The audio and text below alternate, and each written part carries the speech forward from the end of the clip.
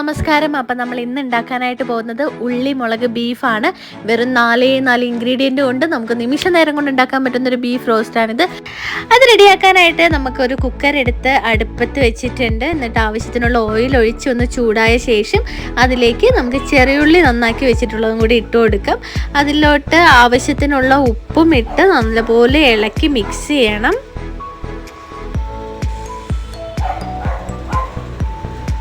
ഉപ്പിട്ടതിന് ശേഷം നമുക്ക് കറിവേപ്പില കുറച്ചിട്ട് കൊടുക്കാം. എന്നിട്ട് നല്ലപോലെ തന്നെ മിക്സ് ചെയ്ത് അതിലേക്ക് ആവശ്യത്തിനായി നമ്മൾ റെഡ് ചില്ലി ഇതുപോലെ ക്രഷ് ചെയ്ത് വെച്ചിട്ടുണ്ട്, ചുവന്ന മുളക് ക്രഷ് ചെയ്ത് വെച്ചിട്ടുണ്ട്, കപ്പലമുളക് എന്നൊക്കെ പറയും. അത് നമ്മൾ ഇതിന് ഇട്ട് കൊടുത്ത് നല്ലപോലെ ഇളക്കി യോജിപ്പിച്ച് അത്യാവശ്യം പച്ചമണമൊക്കെ പോയതിന് ശേഷം കഴുകി വൃത്തിയാക്കിയിട്ടുള്ള ബീഫ് അതിലോട്ട് ഇട്ട് കൊടുക്കണം. ബീഫ് ഇട്ടതിന് ശേഷം ഈ മിക്സ് ഒന്നുകൂടെ നമുക്ക് ഇളക്കി യോജിപ്പിക്കാം. എന്നിട്ട് കുക്കർ അടച്ച് വെച്ച് ഒരു 3-4 വിസിൽ കേൾക്കുന്നത് വരെ നമുക്കൊന്ന് വെയിറ്റ് ചെയ്യാം.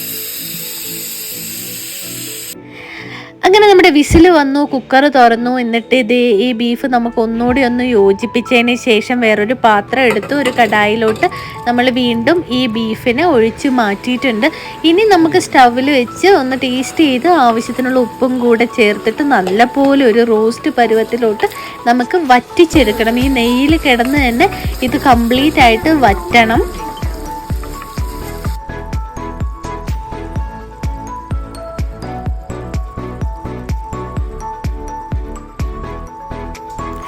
അങ്ങനെ നമ്മുടെ ഉള്ളി മുളക് ബീഫ് ഇവിടെ നല്ലപോലെ വറ്റി നല്ലൊരു റോസ്റ്റ് പരുവത്തിലോട്ട് വന്നിട്ടുണ്ട്.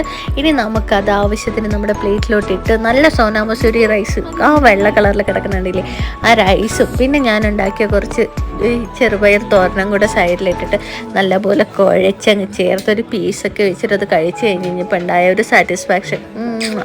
അതുപോലെ തന്നെ അപ്പനും ഇത് വളരെയധികം ഇഷ്ടപ്പെട്ടു. അപ്പോൾ എല്ലാവരും ട്രൈ ചെയ്ത് നോക്കണം. നമുക്ക് ടൈം ഒത്തിരി ഇല്ലാത്ത സമയത്ത് നമുക്ക് 10 മിനിറ്റ് കൊണ്ട്, ആരും പറഞ്ഞാൽ വിശ്വസിക്കില്ല, 10 മിനിറ്റ് കൊണ്ട് ഉണ്ടാക്കാൻ പറ്റിയ അടിപൊളി ഒരു വിഭവമാണ്. കുറച്ച് ഡിഫറെൻറ്റ് ടേസ്റ്റാണ്, പക്ഷെ നല്ല ടേസ്റ്റാണ്. അത് എല്ലാവർക്കും ഒരിക്കലെങ്കിലും ട്രൈ ചെയ്ത് നോക്കുക.